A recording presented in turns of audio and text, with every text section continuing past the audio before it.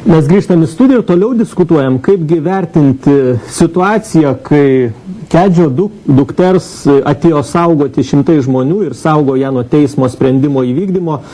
Mūsų studijoje Saulius Stoma, parlamentaras, taip pat signatarė Nijolė Oželytė bei teisininkas, profesorius Vilniaus universiteto teisės fakulteto dekanas Vytautas Nekrošius. Pone Stoma, tai vis dėlto, turim dvi problemas. Iš vienos pusės yra ta socialinė tikrovė, didžiulis pasipiktinimas žmonių, matot, į ką jis išvirtęs, ir iš kitos pusės teisinės valstybės principai. Ką daryti toliau? Kokias išeitis iš šitos situacijos jūs tolimesnės matot?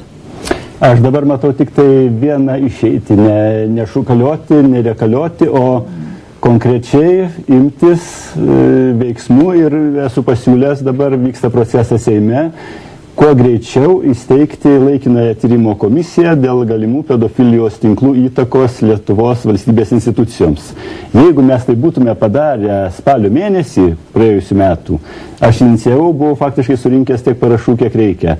Bet kolegos patarė, gal čia geriau atiduodam Teisės ir Teisėtvarkos komitetui, gal bus jie teisininkai visi, jie geriau ištirs, jie savo darbą atliko, dėl tos bylos pasakė, po to krito generalinis prokuroras, bet ir po to viskas susivedė į generalinio prokuroro problemą. Tarsi visas tas skaudžiausia istorija Lietuvos pastarųjų kelių metų, mergaitės istorija, tarsi buvo dėl Valantino ar dar kažkokio teisininkų klanelio nedidelio. Esmė ne čia. Esmė, kad mums dabar reikia įeiti vėl į teisinį kelią, ir tik tai per Seimo komisiją teisėtą, kuri turi didelius įgaliojimus, konkrečiai pasižiūrėti viską labai tiksliai, ir tada mes galėsime pasakyti, nes jeigu paliksime dabar savieigai, kaip jau rieda tas kamuolys 1,5 metų ir jis vis plečiasi ir sniego gniūžtė didėja, tai iš tikrųjų padariniai gali būti neprognozuojami.